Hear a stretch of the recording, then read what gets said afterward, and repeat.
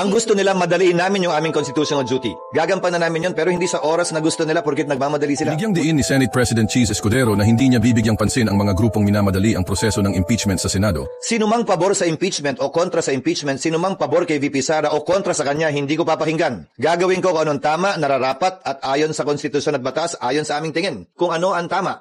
Hindi porkit pabor sila sa impeachment at ayaw nila kay VP Sara at gusto nilang matanggal si VP Sara, mamadali na namin at susundin namin sila. Sa kabilang banda, yung mga ayaw naman, hindi rin naman namin papatagalin ang proseso. Susundan namin yung proseso, sino man ang mapaboran, sino man ang matamaan, sino man ang masaktan, sino man ang mabenepisyohan nung proseso yon na ginawa at sinundan kahit ng mga naunang impeachment. Pero kanilang paniwagan, i-fulfill ninyo yung constitutional duty pagdating sa impeachment. Ang gusto nila, madaliin namin yung aming constitutional duty. Gagampanan namin yun, pero hindi sa oras na gusto nila porkit nagmamadali sila. Wala namang nagsabing hindi namin gagampanan yun dahil sabi ko nga, proseso ito na dapat sundan at sinusundan.